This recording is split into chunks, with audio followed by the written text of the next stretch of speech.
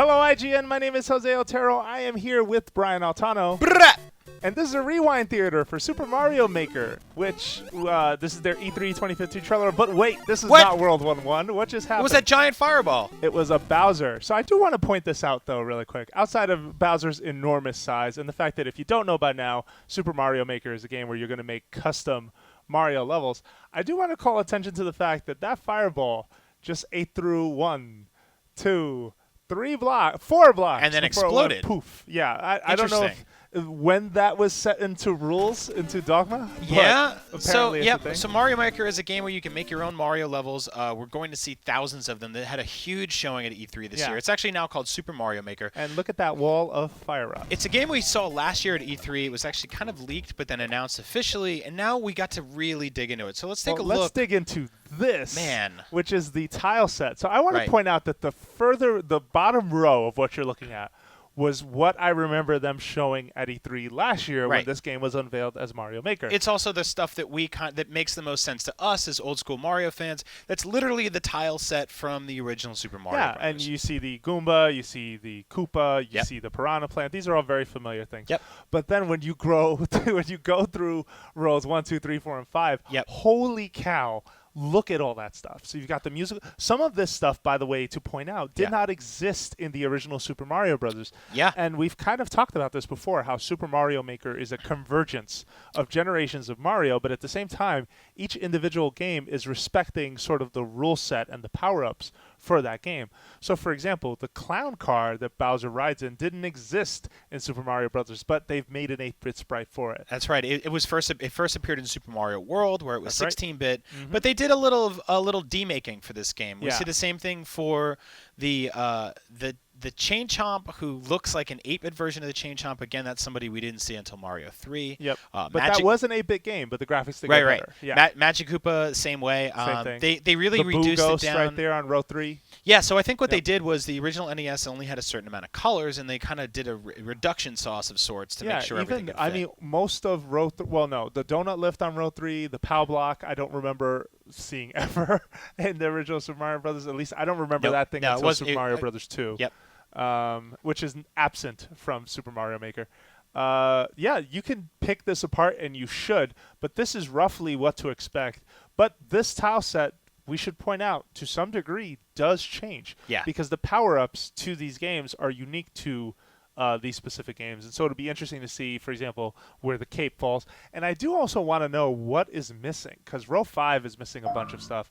Row 1 has a gap between the Spiny and the Fire Flower. Sure. Makes you sort of wonder, like, what other pieces of the puzzle are being kept from us at this moment. Knowing Nintendo, I mean, there could be unlockables. There could be ways to get those things. Obviously, we're seeing right now the ease of use for actually creating the levels, and this is something that probably could be done with a traditional controller, but it works so much better with the Wii. Yeah, with a touchscreen. I do want to point out here that when you insert Mario into these pipes, you go to a dedicated sub area because that's how you link these spaces together. So so if you look to the left of the hand here, you actually see the S. That's where the start is. It goes all the way to where the end is. And each one of those blocks is basically like a screen.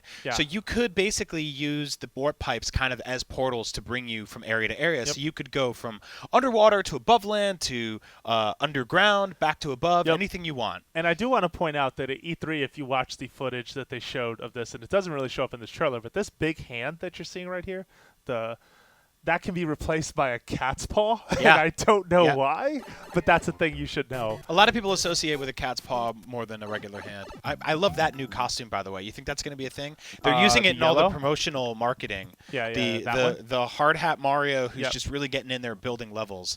Construction worker Mario, we can call him. As I like to call him.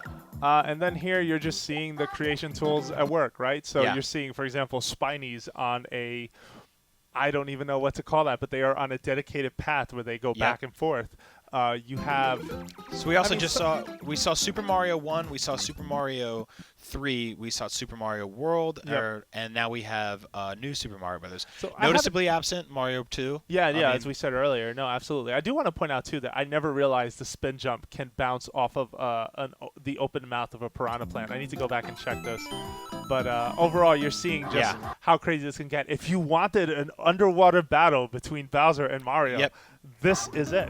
And that was one of the things they pointed out to us when we actually saw it, was the whole notion of, hey, You can add water physics to a level you made and completely change the way the level feels. I just want to point out these are cheap chiefs being thrown by Lucky 2 here. Right, and another thing to add here too. There are dozens of thwomps here. They're all varying in size, so obviously you'll be able to change the size. But for the very first time in official Nintendo video game history, we're playing 8-bit Mario games without any slowdown, no matter how many characters are on screen. This is true. And that's something that's really cool to see for the very first time. Yep. Usually when you had a certain amount of enemies back in almost any NES game, things chugged. Yep. But that's not happening here. We actually, a few screens back, we saw the Sky World area where Mario's running around and there were just hundreds of clouds dropping coins. Yep.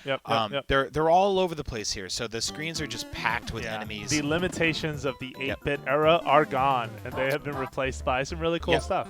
And you're seeing a lot of non-traditional use for items that you normally would. Like that hammer from the original NES Mario, which dropped Bowser into lava, is now being used to clear out a screen of enemies, as we just saw. That's right. So obviously you're going to be able to take a lot of traditional Mario items and kind of flip the script on them. So here you have your list of choices on the left. You've seen that before.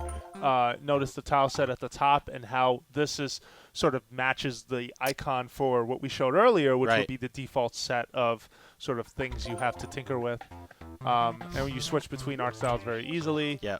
Everything carries over. Yeah. Now, we've actually gotten hands-on with this, and one of the cool things I wanted to say was you can actually pick up and drag all of the enemies, but you can shake them, too, to add properties to them. Like the Koopas, you can actually get angry by shaking them and make them move faster. Yeah. And I do want to point out, too, that you're not hearing it, but if you go and watch this trailer, turn up the volume, you will notice that when you drop an item, the sound, the way it is set up, will actually... You'll hear the system sort of enunciate what that item is. So it says the word, but somehow at the same time it sort of tries to make a song out of it. Yeah. So it'll be like, I don't know what it says for Brick Block, but imagine sort of that possibility. Like you'll see like Goomba or something like that. Now this is a really cool thing they announced at E3 this year. This game is compatible with tons of amiibo, which means that you can actually start playing the game as classic characters like Link. Wii Fit trainers in there. Yep. There's basically, I don't know if it changes the physical properties of the way these characters move. Doesn't seem to. No, I've played it and it doesn't. But I do want to point out the way they're using creative sprites in some ways, right? I mean, look at Link. Yeah. And that's pretty much the animation when he holds up a sword. Right. In The Legend of Zelda. And he's just jumping. He's happy. So we just saw an 8-bit Wiggler down there is getting pissed off and running around. Wigglers did not appear until Super Mario World, so it's cool to see them in NES graphics. Yep. And this is kind of a cute touch in that you actually see his shield on his back. Yep. In this version, as he slides down the flagpole, which I thought was interesting. We've seen a lot of Nintendo properties crossing over. Used to just be Smash Brothers, but now we're kind of seeing it everywhere. So this is something really cool to definitely point out. Let's just go back really quick here. This is sort of your course selection. Now, we were told that none of this language was 100% set yet. Yep. But you have the 100 Mario challenges, you have the courses, and then you have a section for makers that you follow. And so if you follow Brian Altano on Super Mario Maker, you can get those updates through that section of the game. Right. I do want to point out under courses that they have a ton of sorting options, and Nintendo's approach to how they're going to tackle online and what they shared with us was really smart. So right here, I just want to point out some of the data that you're looking at. You're looking at 13 stars, which is essentially the equivalent of a like. You're seeing the feet mean that 17 people played this course. And this is just the quick, broad, overall sort of, sort of approach to, the creator is all the way on the right. Their region is there as well. And we did the medals, or how many medals they've unlocked, I guess for their profile, but I'm not entirely sure. And those are kind of badges of honor. We did learn at E3 you can't upload a level that can't be beaten. You have to actually finish it yourself. That's right. So you are allowed to upload 10 levels to begin with, and that can actually grow. Nintendo's not being clear about what number that will go up to. Yep. But it seems to me like if you're popular and you upload a lot of popular levels, they'll give you a little more freedom. I think for now it's they just don't want to tell us how many. Right. You see that you can view comments as well from other players, which is really good to me because I actually like the concept of quality over quantity. Yeah, no, same. So this is a new hat. Yeah. Nintendo showed for the first time, I believe at E3, they showed that there were hats and abilities that hats can do. And I'm just trying to pull it up really quick. Look at this stage. Yeah, so this is obviously something that was never possible. We saw a couple stages like this at E3. There were sort of like roller coaster stages, auto run stages almost. Yeah, Rube Goldberg devices. Totally, where people could set up something where you could basically just get on. If you stayed right there, things were good to go. Yeah. Now coins, we're seeing them in the upper corner. They actually play a part. They play a small role in Mario Maker. Do you know what that is? I'm not entirely sure because when you think about it, they're not You'll hear a 1-up sound, but from what I can tell, in regular stages you download, you're able to play them unlimited. Like, it doesn't matter how many lives you have. I do want to point out the name of this thing is the Buzzy Beetle helmet. Yeah, there we go. I apparently had not seen before. And they have a spiny version. I don't know what the name is that they're selling on that with. The 100 Mario Challenge, they're only hinting at here, but it looks like, you're basically, I'm assuming you're going to get 100 lives to run through Mario courses. Right. Or you are only running through 100 courses. Yeah. Like, I'm not entirely sure. I do want to believe, though, these courses are picked at random, so you don't get to choose between the easy or the hard levels that you're playing. This mode is also a nod to one of the original GameCube Project Dolphin tech demos, was called 100 Marios, and there was just a sort of this visualization of 100 Marios running around. It was kind of showing what the GameCube was capable of. Now, look how gorgeous this is, right? Yeah. This is another one of those sort of Rube Goldberg machine levels where it kind of auto-runs if you do everything right. Yeah. This is a stage I tried out myself. The cool thing I wanted to show you on this one is that you get one jump, and the length of the stage is basically just one of those blocks, right? Now, the more people who play this, they die, and their deaths are actually shown on that line of spikes there. So you'll get to see all the people who've also played this stage, kind of like Dark Souls, the graveyard, all the dead bodies along the top. Marios. And you get one try to do this, you jump on, and if you make the jump, you're good, and if not, you're dead. It is quite a leap of faith. Yeah. And one thing that we did see when we went hands-on with this is that players on Miiverse can tag and say, leave you a message like Dark Souls, but they can actually tell you things like, this is a lot easier than it looks. Or someone can respond to that and go, nope, it's not that easy. So, there's this passive-aggressive element, I guess, to part of it. But there you have it, folks. A Rewind Theater for Super Mario Maker, Nintendo's E3 trailer, which is coming on the 11th of September, or September 11th, as some of us will refer to. Well, there you have it. And for more Mario Maker and Nintendo coverage, make sure you keep it right here at IGN.